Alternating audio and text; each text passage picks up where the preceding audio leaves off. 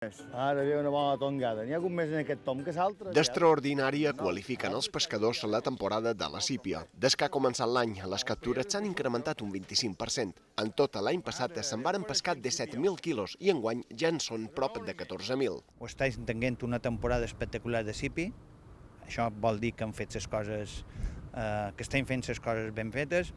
La campanya de pesca del jonquillo i del cabotí, que comença el 15 de desembre i acaba el 30 d'abril, s'ha saldat amb 11 tones capturades, fet que suposa un 17% més que l'any passat. La temporada de captura de tonyina vermella tot just acaba de començar i fins al moment ja se n'han pescat 2.200 quilos, cosa que suposa un increment del 56% respecte del mateix període de l'any passat. Pel que fa a la gamba vermella, l'increment de les captures ha estat més moderat. En els 4 primers mesos de l'any se n'han pescat a quasi 23.000 quilos, fet que n'implica un augment del 5%.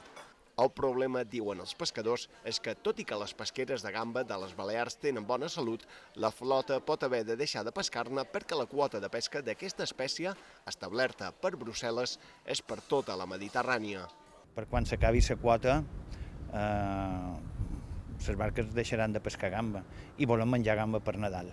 L'increment de captures de les espècies esmentades anteriorment ha causat un retard en la pesca de la llagosta, tot i que la Federació de Confraries de les Balears ho qualifica de fet conjuntural i creu que quan el 31 d'agost es reobri la veda, el volum de captures d'aquesta espècie s'haurà recuperat.